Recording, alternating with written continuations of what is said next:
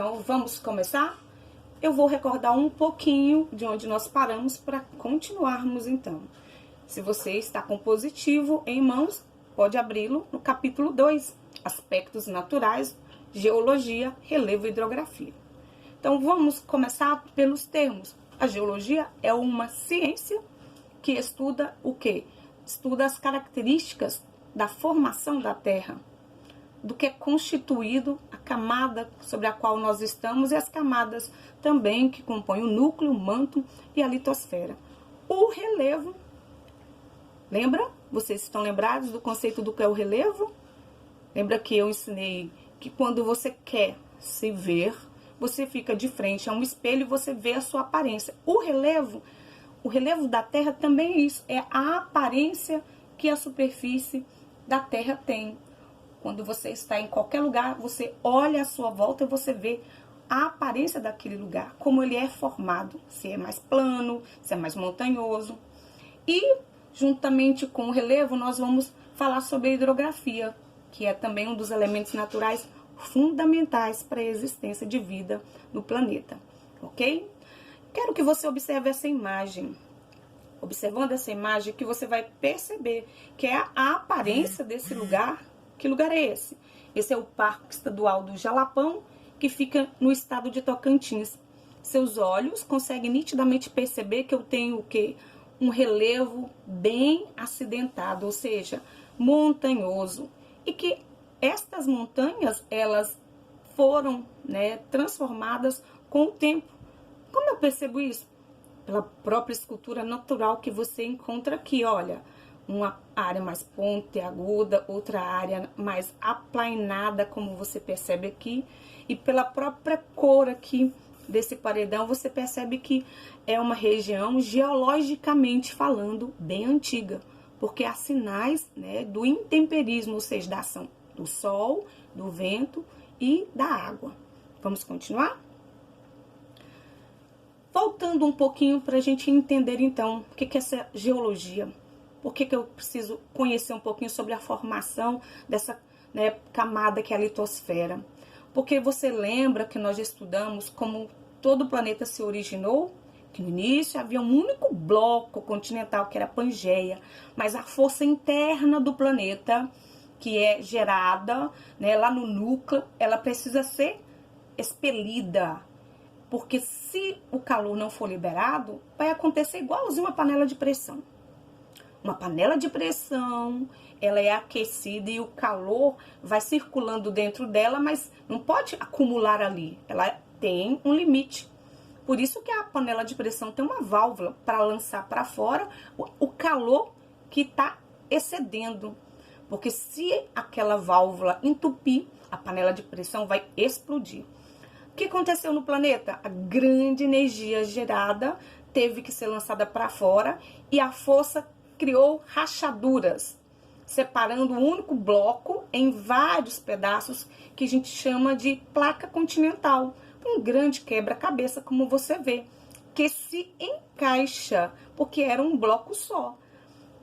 Mas a força separou esse bloco em pedaços diferentes. Cada pedaço nós chamamos de placa tectônica. As maiores são em 12 e você percebe nitidamente o seguinte: as regiões, como aqui a América do Sul, que tem o limite da placa de Nazca com a placa sul-americana, os países que estão aqui bem próximo são os países que sofrem os terremotos, como hoje nós chamamos popularmente, ou os abalos sísmicos, que é o quê?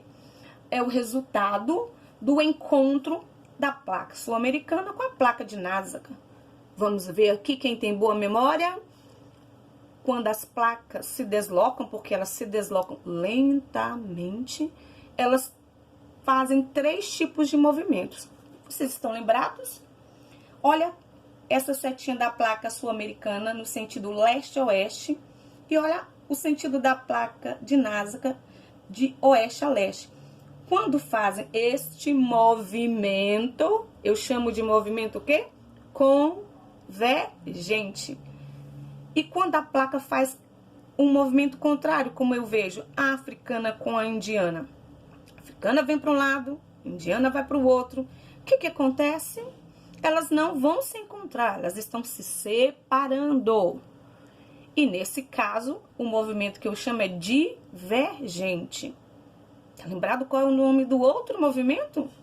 Convergente, divergente, e eu vou ter um movimento que eu tenho uma placa numa direção, a outra na direção contrária, mas bem próximas, que é o que nós chamamos de movimento convergente. Muito bem, quem falou aí, parabéns. O que acontece quando essas placas se movem e esse movimento é mais intenso? Quando esse movimento é mais intenso, como você vê nessa região que eu tenho 3 placas, né, atuando, ó, a placa do Pacífico, a placa das Filipinas e a placa eurasiana. Você pode ver que essa região é uma região de intensa atividade, que olha, a direção dessa seta, a direção dessa, você vê que todas estão convergindo na mesma direção. Essa é a região onde fica o Japão. Todo mundo sabe que o Japão é uma área de muita instabilidade. Por quê? Porque o movimento dessas placas aqui faz com que o tremor lá seja muito constante. Alguns leves, pouco perceptíveis, né? Tremores leves que só os aparelhos que fazem a captação dele vai registrar, que é o sismógrafo. Ou, às vezes, um tremor tão intenso que as pessoas percebem o próprio chão tremer. Mas voltando aqui, por que eu estou falando das placas tectônicas? Porque a movimentação dessas placas lá na era geológica bem antiga, milhões de anos, provocou também o surgimento do relevo. Por quê? Quando essas duas placas aqui se encontraram, ou essas duas placas aqui, a placa que veio aqui da Antártica, depois, né, a Indo-Australiana, que aqui é a placa indiana, mas eu também tenho a Austrália junto, então eu posso chamar de Indo-Australiana. Ela se juntou aqui, eurasiana, ela formou aqui também uma extensa cadeia montanhosa, que nós chamamos de Cordilheira do Himalaia, e na América do Sul, a Cordilheira dos Andes. O que é, então, essa cordilheira? É uma sequência de montanhas que foi formada a partir do dobramento.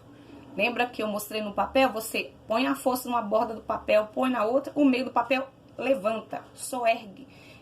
É esse fenômeno que fez surgir essas duas extensões montanhosas no planeta. O que isso tem a ver? Tudo, porque essas regiões montanhosas, elas têm características diferentes das regiões montanhosas que eu encontro em outras partes do mundo. Nós vamos entender, então, como é que é o caso do Brasil? Como é que é o relevo aqui do Brasil se não foi formado pelo dobramento? Nós vamos entender que o relevo do Brasil, ele foi formado pelo acúmulo do material magmático. Nossa, tia, já teve vulcão no Brasil? Claro. Lembra que nós estudamos, né, no ano passado, no 6º ano, a Terra já teve uma intensa atividade vulcânica há milhões de anos atrás. Havia vulcões em toda a superfície terrestre. Não havia vida porque era só o vulcão explodindo. Lava e lava. E além da lava, o que acontecia? A fumaça que, como eu estava dizendo então, o movimento dessas placas deu origem aos grandes dobramentos, mas foi a ação do interior da Terra, através das atividades vulcânicas, que lançou para a superfície uma grande quantidade de material magmático que foi se depositando ao longo de milhões de anos. Veja bem, gente, eu estou falando milhões de anos. O magma vinha à superfície, resfriava, compactava. Novamente, outras atividades iam acontecendo e iam, né, se depositando sobre a primeira e até formar grandes elevações, que é o que nós vamos estudar agora. No caso do Brasil, como é que o nosso relevo foi formado então? Então, nós já falamos que, se você observar, o Brasil não é como o Chile, né, que está aqui bem próximo ao limite da placa de Nazca. E sente, por causa disso, né, o tremor por causa do encontro da placa sul-americana com a placa de Nazca. Então, quando a atividade do interior da Terra é intensa, que elas se chocam, porque, veja, elas se encontram, elas se chocam, há atividades, né, que a gente chama de abalos sísmicos ou terremotos, que podem ser desde aqueles bem leves até terremotos, né, como aconteceu aqui no Haiti, aqui no Chile, que destrói toda a cidade. E não é apenas a destruição de regiões, mas um número muito grande de mortes. O Brasil, se você observar, ele está no meio da placa. Mas alguém pode me falar, tia Vilma, mas eu vi no jornal que teve tremor em Montes Claros, no Mato Grosso. Pode ter. No caso do Brasil, são leves tremores, são o que nós chamamos de assentamento natural. Pode ser que um tremor elevado aqui, alguma cidade aqui, né, como Cuiabá, capital do Mato Grosso, em prédios, eles sintam um leve tremor. E o que ocorre muito mais no interior é que o lençol freático, que é aquela camada por onde a água, né, é depositada lá no subsolo, pode ser que a água tenha sido captada, aquele espaço que ela ocupava fique vazio. Naturalmente, o que acontece? Há um assentamento. A parte superior vai ocupar o espaço que ficou vago. Nós chamamos de assentamento natural, mas a superfície sente esse tremor, entenderam? Agora, as regiões onde essas placas, né, se movimentam nesse sentido aqui, como eu estou mostrando várias setinhas, são regiões de encontro de placas convergentes, né? Formaram, por causa disso, uma grande extensão montanhosa que é a Cordilheira dos Andes.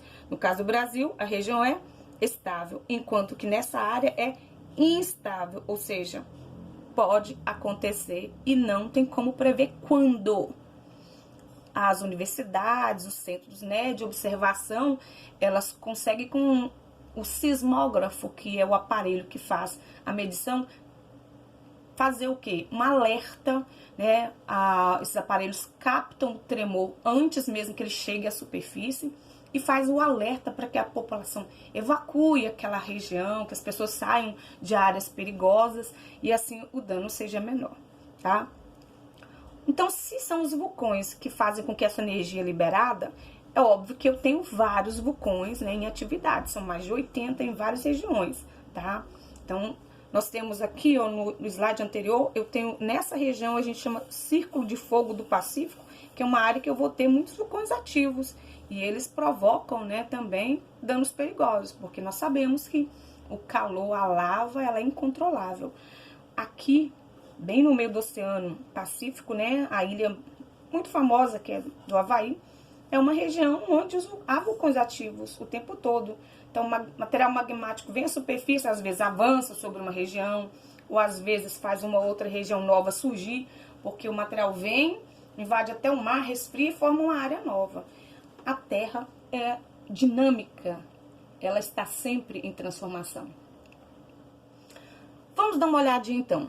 Esse relevo, essas elevações formadas por dobramentos, como é o caso do Himalaia e do Andes, ou elevações formadas geologicamente há milhões de anos pelo acúmulo do material magmático, cria sobre toda a superfície terrestre lugares mais altos em relação às áreas vizinhas.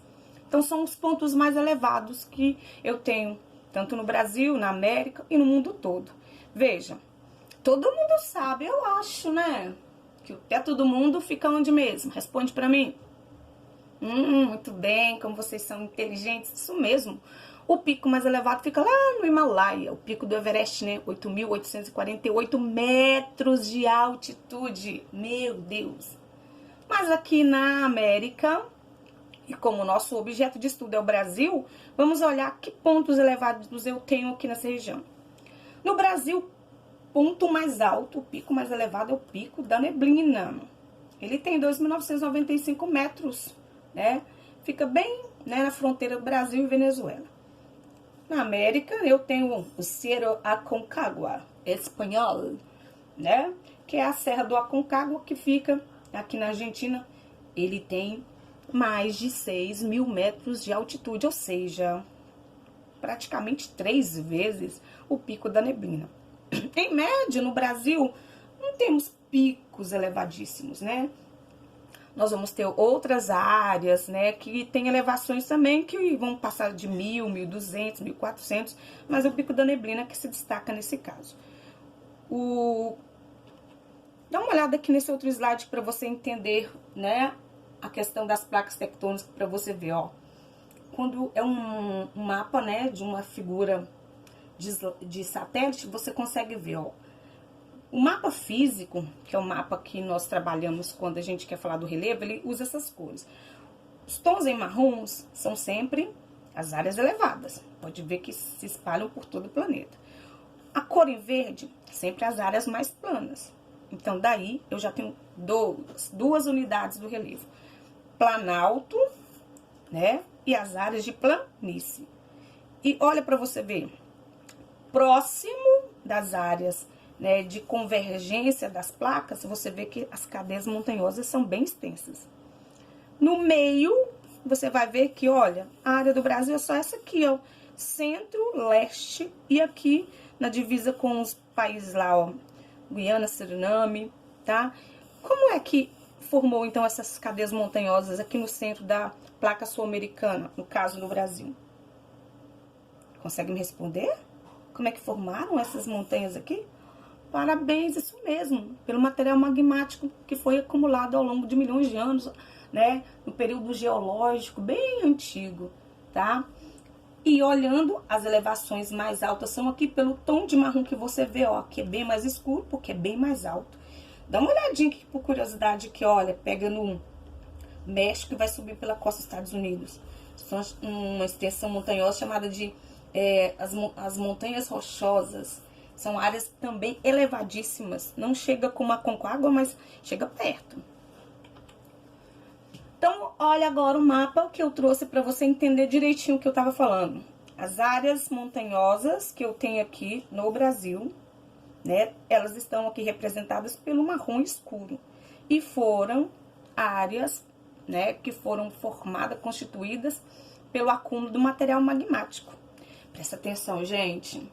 Se essas regiões rochosas foram formadas a partir do material magmático, vamos recordar aquilo que a gente aprendeu ano passado? O magma traz o material lá do núcleo. O núcleo é formado na sua maior parte de níquel e ferro. Logo, essas cadeias rochosas aqui são riquíssimas em níquel e ferro, além de outros minerais, mas principalmente níquel e ferro. Então, as áreas mais elevadas, formadas pelo acúmulo do magma, são ricas em níquel e ferro e outros minerais. Veja as cores que eu tenho, laranja e amarelo. O laranja, que é o que circunda, que está bem pertinho do marrom, são áreas que foram formadas a partir do quê? Vamos recordar? Se essas regiões são altas, elas também sofrem a ação do tempo, né? Há milhões de anos elas existem, então a chuva cai sobre elas, o sol aquece, o vento passa ali. Esses elementos, vento, chuva e sol, provocam o que eu chamo, né, a biologia também, a ciência chama de intemperismo, que é a ação dessas forças atuando sobre a superfície. Retira das cadeias montanhosas pequenos fragmentos que eu chamo de sedimentos. Esses sedimentos, eles se desprendem das montanhas porque o aquecimento solar faz com que a molécula se desgruda. Vem a força do vento, retira. E a água transporta. E onde vão parar? Tudo tem, né, uma explicação bem racional. Nós, por causa da gravidade, tudo que está no ar é lançado para cair para a região que? Pro chão. Então, o que é desgrudado nas áreas elevadas, naturalmente, vai ser puxado para as partes mais baixas. E foram se acumulando. Eu estou falando de milhões de anos. Fragmentos, pedacinhos sendo retirado e caindo. Da parte alta para a parte baixa. Então, no entorno, você vai ver que tem acúmulo desses sedimentos. Esses sedimentos também acumulando, vai formando relevo também. Talvez não tão elevadas, mas também com altitude, porque foi depositando. Então, eu tenho aqui áreas sedimentares. E eu tenho essa porção amarela que não está tão perto das áreas elevadas, mas também recebeu os sedimentos dessas regiões. Assim, fica fácil entender que eu vou ter. O que nós chamamos de marrom, geologicamente eu chamo de escudo cristalino, ou crátons, que tem, né, em torno de 4,5 bilhões de anos, ou seja, é a parte mais antiga, muito mais antiga, tá, do que a Cordilheira dos Andes. Se eu for olhar, então, o Planalto Brasileiro é mais antigo do que a Cordilheira dos Andes. Como é que você sabe? porque também, quando a gente olha para as cadeias montanhosas, a gente vê que elas foram gastas. Na Cordilheira dos Andes, você vai ver que o topo das montanhas é arredondado. No caso das serras brasileiras, a gente vê que ela está esculpida, gasta. É uma prova da idade dessa região. Então, a região mais antiga, cratos ou escudo cristalinos, formada a partir do material magmático. As regiões mais próximas em laranja são os dobramentos também antigos. E as regiões em amarelo já são regiões que são mais recentes, tá? Apesar de ter, olha lá, 600 milhões de anos. Mas se comparar com o escudo cristalino, é mais recente. Com isso, os geógrafos, eles classificaram o relevo brasileiro como 3 unidades distintas. Eu tenho as regiões elevadas, bem altas, denominadas de planalto, que chamamos planalto. Eu tenho as regiões próximas aos planaltos, que é áreas mais rebaixadas, eu chamo de planícies, são áreas mais aplainadas. É uma superfície relativamente plana. Não é tão plana como a superfície da sua mesa, do seu notebook, ou os pisos da sua casa, porque você vai ver que eu não vou encontrar um lugar como uma tabulezinha. Então, é relativamente plana as áreas de planície. E eu vou encontrar também algumas regiões em que a área vizinha dela é mais alta e ela é mais rebaixada. Eu chamo de depressão. Vou explicar daqui a pouquinho o que é uma depressão. Essa descoberta aqui é bem recente, gente. É aqui do século XX. Até pouco tempo, até quando eu estudava no 7º ano, nós aprendíamos que o Brasil só tinha planalto e planície. Como é que descobriu, então, sobre as depressões? Na década de 70, o governo brasileiro, querendo monitorar a região da floresta amazônica, saber como é que estava o desmatamento, conhecer um pouco mais sobre a topografia, ou seja, os pontos mais altos, os pontos mais baixos, ele tinha, né, em parceria, então, com o monitoramento da Amazônia, criou um projeto chamado Randam Brasil. Esse projeto fazia o quê? Captura de imagens através de satélite. Aquelas imagens eram depois, né, compactadas, colocadas uma próxima da outra, e era possível, a partir da própria cor, né, o verde, o marrom e tudo, os estudiosos iam fazendo avaliação da altura de cada área. Então, essa tecnologia permitiu uma maior segurança sobre como é que é o relevo brasileiro, as áreas altas, as áreas mais planas. E aí é que perceberam que, a partir das imagens, que eu tanto tinha os planaltos, os planícies, mas eu tinha regiões que eram, em relação a essas duas áreas, elas eram diferentes, elas eram mais rebaixadas. Daí, incluíram, então, a parte de provas, né, expedição a campo, quando o professor ia lá naquela região, media com, né, os universitários para poder ter uma prova real, chegou a essa definição. O Brasil tem, por meio desse levantamento, 3 unidades: planalto, planície e depressão. Vamos ver aqui? Então, os planaltos são fáceis da gente, né, até visualizar. São áreas onde a gente percebe que a altitude, a altura, é maior. E nós vamos perceber que a água, geralmente, ela surge as nascentes das áreas mais elevadas e vai escoando para as áreas mais planas. E as depressões são áreas mais rebaixadas em relação às planícies, né? Pode acontecer que, então, a água em uma região de depressão, ela se acumule formando lagoas, lagos. A planície, como eu falei, é uma área relativamente plana. Você olha aqui no horizonte, você não vê nenhuma elevação. Então, você vê uma inclinação aqui do terreno, mas é muito pouco. A planície é uma área que tem pouca altura, um plano baixo. O planalto é um plano alto. A água numa região de planície, ao escoar, ela vai formar, né, um caminho diferente. Ela tem curvas, que eu chamo de meandros. Por quê? Porque ela vai escoar sem nenhum impedimento. A água vai escoar sem nenhum obstáculo. Já no planalto, como as serras e montanhas são obstáculos naturais, a água, quando está escoando, ela vai ter que transpor esses obstáculos, formando belíssimas cachoeiras, né, que tem aqui também na nossa região, porque ela vai continuar escoando, mas ela precisa vencer os obstáculos e aparecem as belíssimas cachoeiras para a gente ver. E as depressões? Olha só, esse esquema aqui é bem fácil para você entender. Eu tenho uma região elevada, vizinha eu tenho uma área de planície. Olha, você vê, a água nasce aqui numa área elevada, ela vai escoar para a área plana, dali ela vai né, em braços diferentes, ela vai escoar até chegar no mar. A maioria, né, dos rios tem um escoamento para o mar, não são todos, mas a maioria. E o que é uma depressão? Você pode ver que nessa região bem elevada, bem lá, né, eu tenho uma região grande que ela está aprofundada, então eu tenho uma depressão. Tenho dois tipos de depressão.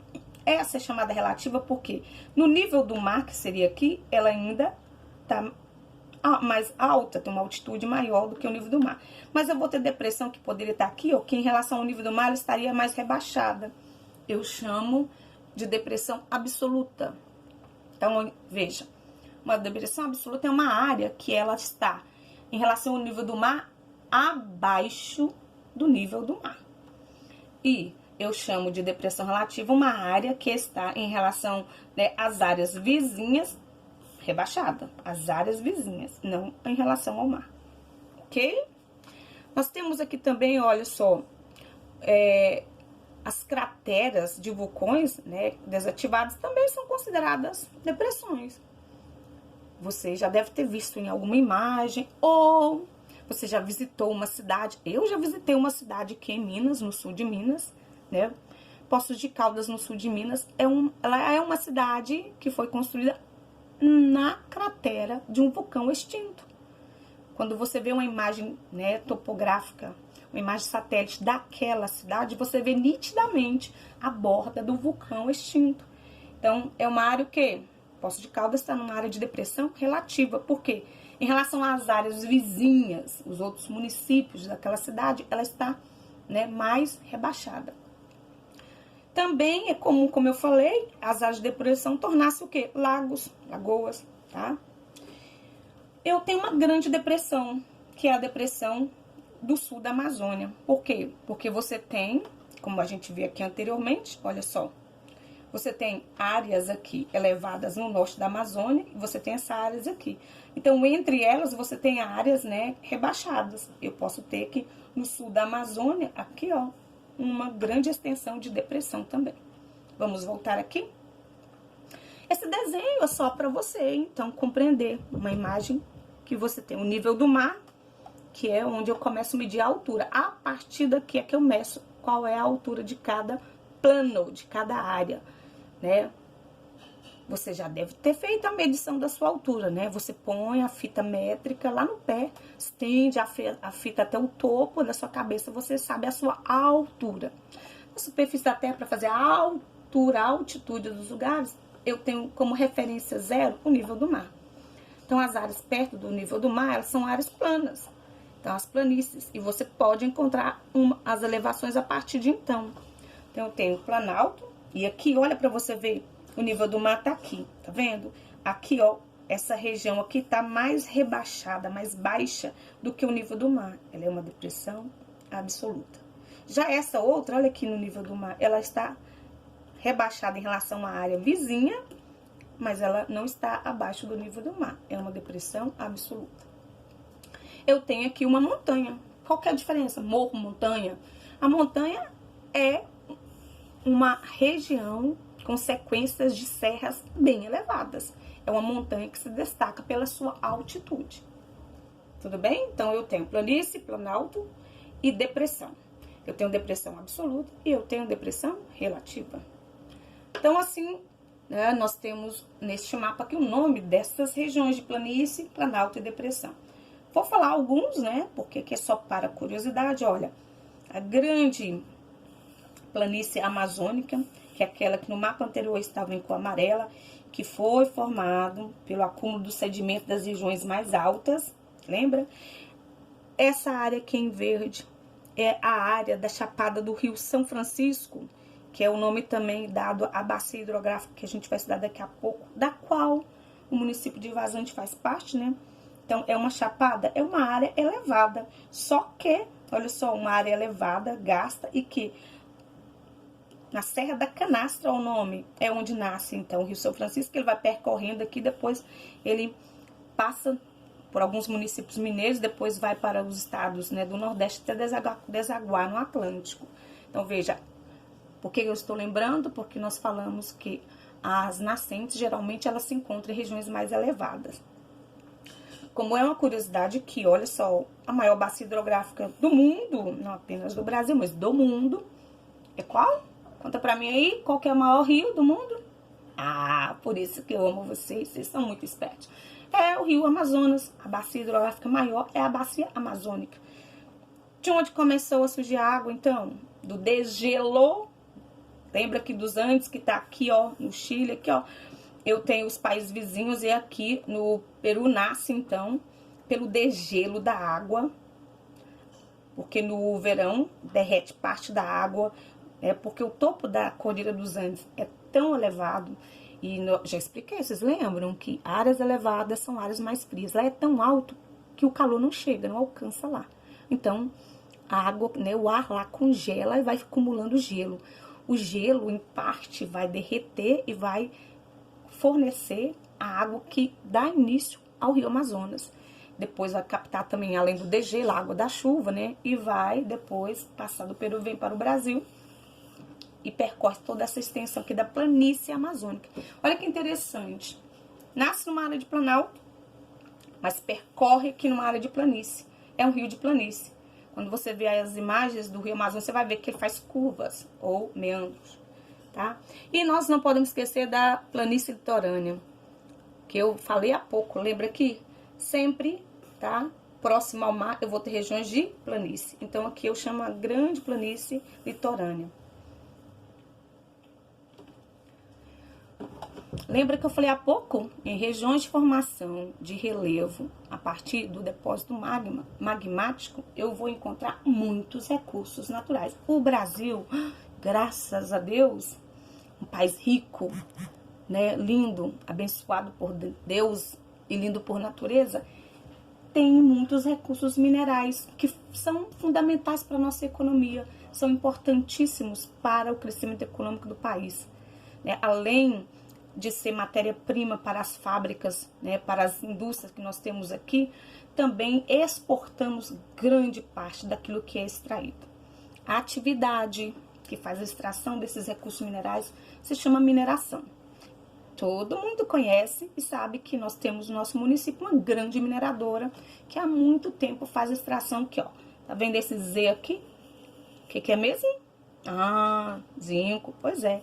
Aqui é uma região onde tem uma jazida mineral de zinco. Que isso, jazida? Vamos entender? Toda a superfície ela é formada de sedimentos, lembra? Que foram retirados de cadeias rochosas, ou seja, e essas montanhas rochosas foi o material magmático. O material magmático tem todos aqueles elementos da tabela periódica, mas na maior parte tem ferro e o quê? Níquel.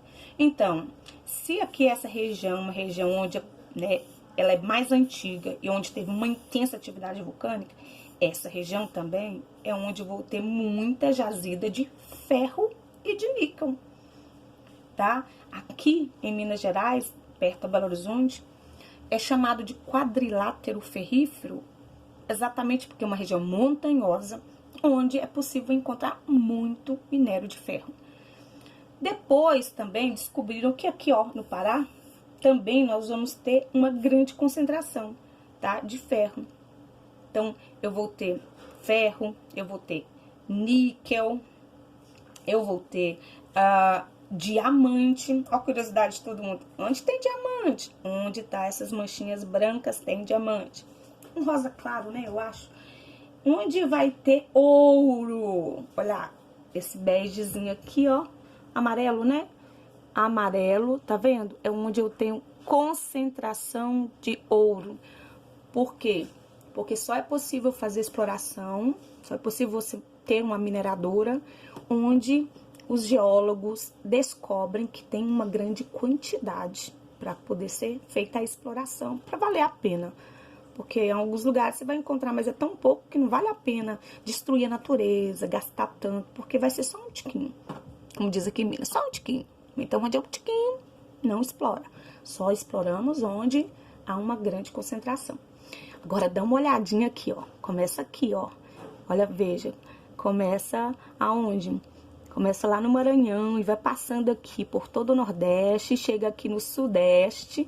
Eu tenho esse símbolo que indica que nessa região eu tenho petróleo. E não é só lá não, até na região amazônica, olha só. Eu tenho outro minério, que é o petróleo, que também foi formado geologicamente há milhões de anos. E o petróleo é o combustível que move a economia mundial. Então o Brasil tem muitas jazidas petrolíferas. Veja quanta riqueza natural nós temos. É o que garante que o país seja um país que nós chamamos em desenvolvimento. Então vamos lá.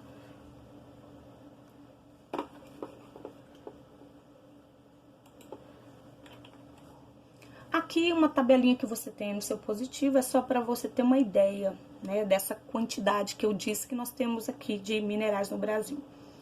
Um minério que a gente exporta muito é o nióbio.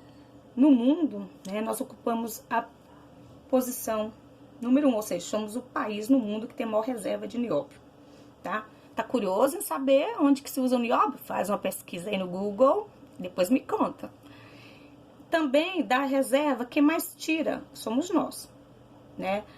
Ferro, tem países que tem maior quantidade de jazidas de ferro, mas nós estamos em quarto lugar, o que é muito, né? Mas estamos em terceiro na extração. E aí tem tântalo, alumínio, crisotila, a magnesita, né? A magnesita e a grafita natural, que é essa que a gente usa, né? Todo mundo conhece que o grafite do lápis e para outras utilidades também.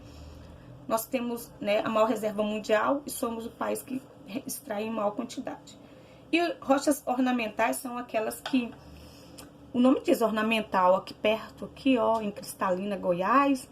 Quando a gente passa por pela rodovia, pela 040, a gente vê a quantidade lindíssima de artesanato que eles produzem com pedras, né, de cores variadas, de uma beleza impressionante. Também são rochas, né? O valor aqui é outro, mas elas são importantíssimas também. Como eu falei, a maior quantidade que nós temos, então, vai ser de minério de ferro. Rapidamente, só para lembrar que o minério de ferro, então, é uma matéria-prima fundamental para qualquer tipo de indústria. Se você der uma olhada aí na sala da sua casa, os objetos que você tem, tudo é feito 90% com algum recurso mineral que foi extraído do subsolo, foi transformado, foi misturado e deu, né, as ligas, as bases, a fiação, o seu celular, o seu notebook, tudo precisou desses recursos. Quem é que faz a separação? Porque você tira lá aquela rocha, nós que somos leigos olhamos para aquilo e falamos, nossa, que pedaço de pedras. Não é um pedaço de pedra, é uma rocha com um valor muito grande. Quem vai fazer, então, a separação do que tem naquela rocha? É ferro, é ouro, é o quê? Quem vai fazer isso é uma indústria que a gente chama de siderúrgica. A siderúrgica, ela vai usar o calor para aquecer aquela rocha e derreter. Lá, ao derreter, ela separa um produto do outro. E depois, ela vai separada, ela forma barras, ligas, e vai depois mandar para outra indústria chamada de metalúrgica. E a metalurgia vai transformar em outros materiais que a gente usa. Você olhar a fiação da sua casa, tem pequenos fiozinhos todos feitos a partir, né, da mistura, então. Gente, sabe quem foram os povos que descobriram a metalurgia? Adivinhem, quem vocês acham? Será que foi o brasileiro? Ah, não foi não, infelizmente, é bem antigo. Foram os chineses. Eita povo, hein? Agora, quando é que o Brasil começou, então, percebeu que tinha muito mineral que podia ser explorado? Não faz tanto tempo não, olha.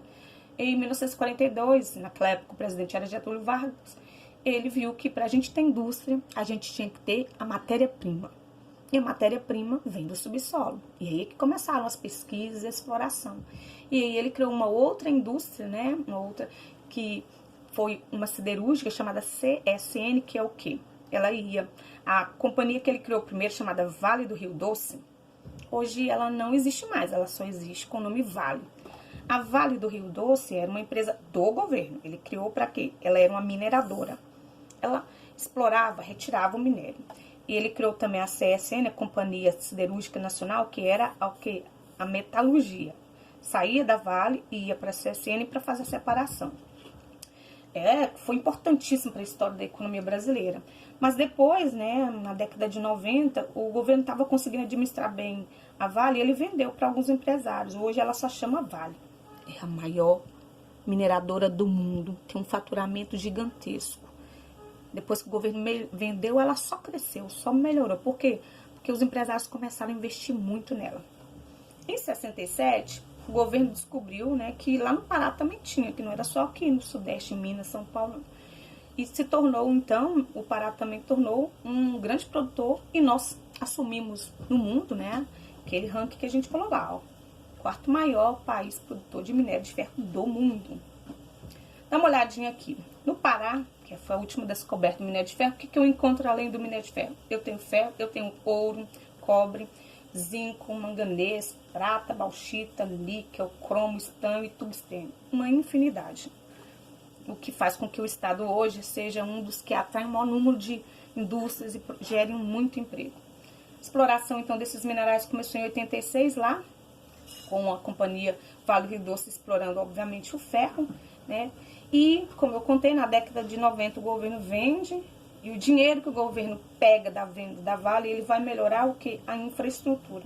Como assim? O governo, ele tinha um custo elevado para manter a empresa. E quando ele vende, ele pega o dinheiro que ele ganhou e foi melhorar a infraestrutura. Por quê?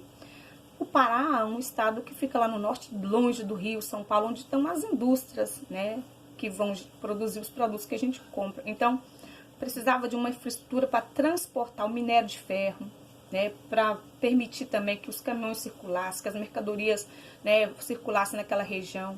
Então, quando eu falo infraestrutura, eu sei que vocês sabem. Tá lembrado o que é infraestrutura? Um conjunto de serviços necessários para o crescimento e desenvolvimento do país. Aí entra rodovia, porto, aeroporto, também entra energia, que é o grupo do saneamento básico, né? Energia, água tratada, rede de esgoto. Depois se estende, né? Coleta de lixo, né? Reciclagem hoje, que é uma necessidade. Então, toda uma estrutura que faz com que um município, um estado, um país, né, ele tenha condição de crescer. Sem boas estradas, sem bons portos e aeroportos, nenhum país cresce. Então, o governo começou a usar o dinheiro para melhorar essa infraestrutura. O que vocês acham? As rodovias brasileiras, as estradas, né, os portos e aeroportos do Brasil são um dos melhores do mundo? Não, né? Precisa ainda de muito investimento nesse setor. As estradas do Brasil em várias regiões são horrorosas. Sem contar que eu ainda tenho estrada de quê? Isso mesmo, de chão. Verdade. Aqui só para você ter uma ideia do investimento que os empresários começaram a fazer, né? Quando a Vale tornou-se privada, né? Uma empresa privada. Vamos recordar isso aqui? Ou se você não sabe, vamos lembrar? Quando a empresa era do governo, a gente fala que quando uma empresa é do governo, nós chamamos essa empresa de estatal. Todo o dinheiro para criar aquela empresa foi do cofre público. Saiu dos impostos que a gente paga. De certa forma, a gente pode dizer que é nossa mesmo, né? Empresa do governo estatal. Quando o governo vendeu, ela deixou de controlar aquela empresa, ela passa a ser controlada por um grupo de empresários, aí ela passa a ser uma empresa privada. Entendeu o que é uma empresa privada? É quando o dono é seu pai, é um grupo de amigos, tem uma sociedade de 2 irmãos. Quando o governo não é dono de nada, é uma empresa privada. As lojas, os mercados, né? Todo esse comércio são constituídos por empresas privadas.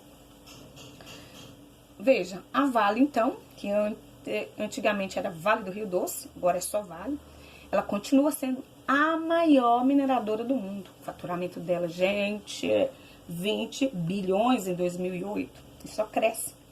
A quantidade que eles extraem, comercializam de minério de ferro é muito grande. Olha só, de todo o minério de ferro do mundo, 70%, né? Vai estar para onde? Para a China. Por quê? Porque a China, nós já falamos e comentamos, é o país que tem aumentado muito o número de indústrias e precisa da matéria-prima. E o ferro é matéria-prima. Agora dá uma olhadinha. É óbvio, né, que a gente percebe aqui o seguinte. Tem um lado positivo quando a economia cresce, mas tem um lado negativo. A degradação ambiental. Aqui você vê, né, os cortes que são feitos nas áreas rochosas para se extrair o minério. A tecnologia que usa, né, a esteira para transportar o minério. Aqui você está vendo o rejeito, que é o quê? separou, tem aquilo que não tem valor, que você vende, não tem valor no comércio, então é descartado.